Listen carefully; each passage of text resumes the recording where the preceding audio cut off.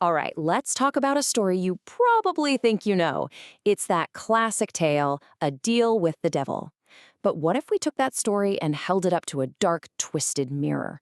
Because this isn't just a different version, it's a complete inversion of a legend. I mean, we all know Goethe's Faust, right? You've got the super smart scholar, the sly devil Mephistopheles, and a high stakes bet for one man's soul. It's pretty much the story in Western lit about ambition and temptation. Okay, now just flip that whole idea on its head. What if the game wasn't about luring a man with fame and fortune and all that good stuff? What if instead the goal was to shatter him with the absolute cosmic truth, to show him how the universe really works, and just see if his mind could take it? Well, that is precisely the premise of this incredible find. A supposed 19th century Prussian text called Der Aether Prologue, or the Aether Prologue. And get this, it's set up exactly like the famous Prologue in Heaven from Faust, but it's the polar opposite in tone, theology, and, well, pretty much everything else. So let's start with the first thing you'd notice. And it is a massive difference, the setting. We are going from a heaven of radiant light to something, well, something much, much colder. So on one side, you have Goethe heavens. It's all about sunny, harmonious spheres, archangels singing these beautiful hymns to creation. It's optimistic, you know? It feels grand. But then you look at the Aether Prologue, and it's a terrifying bureaucracy of fire and ice. Instead of hymns, you have these dissonant, mechanical chants about the mathematical instability of free will. Yikes. And this isn't just for show. This imagery is a direct nod to a Prussian allegory. This place isn't about grace and mercy, it's an iron heaven, basically a military HQ in the sky. And in this version, the Great Flood, it wasn't a punishment for sin. Oh no, it was a necessary logistical purge. It is just so chillingly impersonal. Naturally, this brand new, terrifying setting comes with a whole new cast of characters. The beings making the Suiger are just as different as the heavens they're in. Remember in Faust, God has this almost casual, friendly chat with Mephistopheles, even calls him a rogue.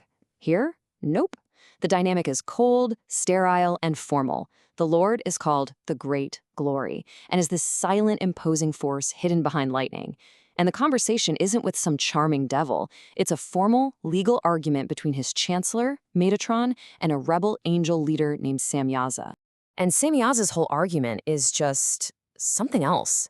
He's not trying to tempt anyone. He's more like a cosmic engineer. He argues that humanity itself is a design flaw, a biological error. And his proposed solution? To fix the error by creating angel-human hybrids. You see, this isn't about sin. It's about a terrifying form of bioengineering. So, as you can imagine, this completely redefines the test itself. It's no longer about whether a good person can be tricked into being lazy or greedy. It's about something way bigger, way more philosophical. So let's break it down. Faust's wager is all about the resilience of a soul. The method is temptation. The big question is, will he give up and stop striving? But the Watcher's trial is a test of comprehension, and the method is revelation, revealing forbidden knowledge. The question is so much darker. Can a human being look at the unvarnished truth of reality and not completely break? And this is the core of Samyaza's bet, all summed up in one of the most bone-chilling lines I've ever read. He's convinced that if you show people the cold, hard science of how everything works, the gears of the universe, their faith will just evaporate. They'll worship the system, the machine, and decide there's no maker left to believe in. But wait, the Archangel Michael jumps in with a counteroffer. He agrees, okay, the test is revelation, not temptation, but he thinks the real question is what humanity will do with that forbidden science. Can our guy, Enoch, be shown all the secrets of the universe and use that knowledge for good, or will he inevitably use it for power? And this, my friends, is where everything clicks into place. This wasn't just some clever literary thought experiment.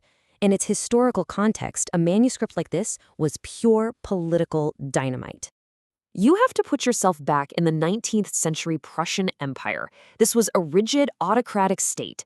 The government watched artists and writers like a hawk, and a text that questions authority and progress in this particular way, oh yeah, that would have been seen as incredibly dangerous. I mean, the allegory is just so clear once you see it. The distant, silent, calculating God running a cold bureaucracy, that's a perfect stand-in for the all-powerful Kaiser. And Samyaza, the rebel, he sounds disturbingly like a modern industrialist arguing for the technological improvement of the human race, which is a terrifying parallel to the rise of industrial ambition and the really ugly early ideas around eugenics. So at the end of the day, that's the absolute brilliance of this text. It takes a familiar story about one man's personal struggle and morphs it into this sweeping, prophetic warning about where society was heading, about our relationship with knowledge, industry, and unchecked power. And that kind of leaves us with a pretty heavy question, doesn't it? Samyaza's whole bet was about whether humanity could handle the truth. So here we are, in our modern age of limitless information, AI, and genetic engineering. How do you think we're doing on that test?